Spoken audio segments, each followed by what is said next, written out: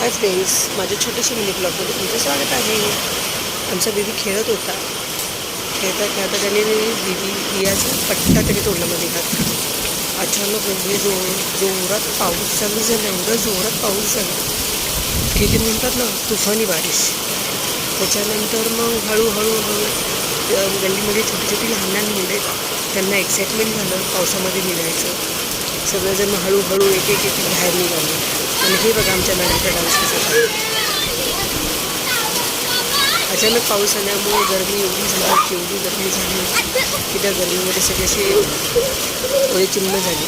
मधून आधी अशी खेळत होती बघा.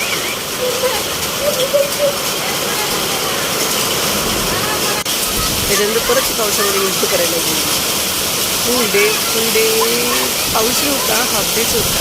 आय थिंक 3च्या सुमारास अचानक चालू झालं, एवढं जोरात चालू झालं, तुफान बारीक झाली. बर्फ गारा एकच आला, पण बर्फ पडला. प्लस बर्फ कोण गोळा करत होता कपड्यामध्ये, वाट्यामध्ये, प्लेटमध्ये, चमच्यामध्ये. फुल एन्जॉय केलं मी, फुल एन्जॉय. पूर्ण भिजून झाल्यावर पाऊस थोडा कमी झाला, तशी थंडी वाजायला. तिला म्हटलं, मी सांगितलं नव्हतं बाहेर जाऊ नको, तरी गेली बस बाहेर. आहे बाजूचा मुलगा, तो पण तिला खूप साथ देतो. दोघांना एक बाहेर काढलं होतं, त्याच्यातून मम्मी आणि मी पण इथं काढलं होतं. प्लीज एकदम झाली नाही आहे, एकदम झाली नाही आहे, तर पावसामध्ये भिजली. मग हे समजले मुलं लोकांची समजले पावसामध्ये केसामध्ये वाव. आणि आजारी पडेल त्यामुळे भीती वाटत होती. मग त्याच्यानंतर चहा बनवला, चहा बिस्किट झालं. मग मॅडम फ्रेश झालं आंघोळ करून. दाखवत होत्या आम्ही आंघोळ केली कशी फ्रेश झाली बघा.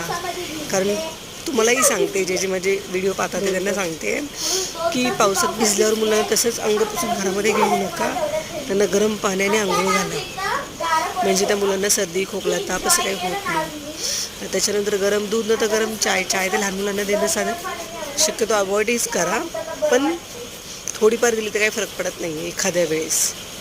त्याच्यानंतर आमच्या मॅडम फ्रेश झाल्यावर मग बघा कसं केसांवरती खेळणं चालू झालं. मुलींचं ना काही सांगू शकत नाही.